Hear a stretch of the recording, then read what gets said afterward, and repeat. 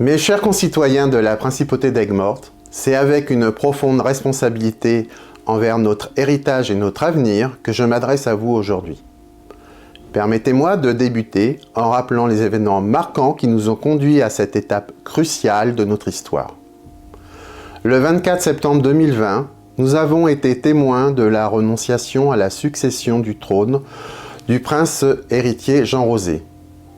Un moment qui a suscité réflexion et introspection au sein de notre principauté. Dans les années qui ont suivi, nous avons ouvert l'appel à la candidature à tous les citoyens et citoyennes dans l'espoir de trouver un successeur qui sera digne de continuer notre précieux héritage. Cependant, aucune personne n'a émergé au cours de ces 4 années. Face à cette réalité, il devient impératif de prendre des mesures pour assurer la pérennité et le progrès de notre principauté. Conformément à l'article 4, paragraphe C de notre Constitution, je suis fier d'annoncer qu'un candidat qualifié a été identifié pour devenir prince héritier avec les compétences nécessaires et une vision claire pour notre avenir. Ainsi, conformément à notre Constitution, je vais convoquer l'Assemblée générale afin de soumettre au vote d'approbation le candidat choisi. Je tiens à rappeler que selon l'article 4, paragraphe C, un vote de refus doit obtenir les 2/3 des voix exprimées.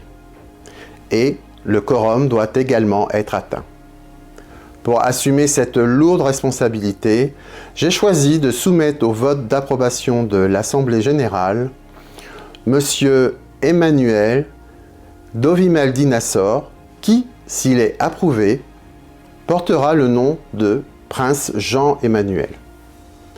Les raisons derrière ce choix sont fondées sur des critères solides. Emmanuel est une personne enthousiaste, vive d'esprit. Il a fondé sa propre micronation, la principauté de Bérémagne, qui sera rattachée à notre principauté après son approbation. De plus, il a toujours été très proche des valeurs de la Principauté d'Aigues-Mortes. Sa profession et ses projets futurs sont compatibles avec la disponibilité que cette responsabilité exige. Emmanuel est parfaitement bilingue, ce qui est un critère indispensable pour défendre nos intérêts à l'étranger.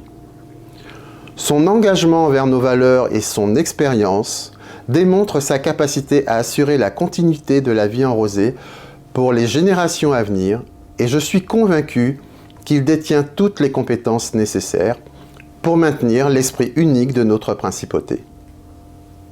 Emmanuel va se présenter à vous, et je vous demanderai ensuite, mes chers concitoyens et concitoyennes, de faire preuve de confiance et de soutenir ce choix en approuvant la candidature d'Emmanuel lors du vote d'approbation qui sera organisé à ma demande début juin par notre chancelier, Monsieur le Duc Geoffrey de Matte Lequelart. Voyez la vie en rosée.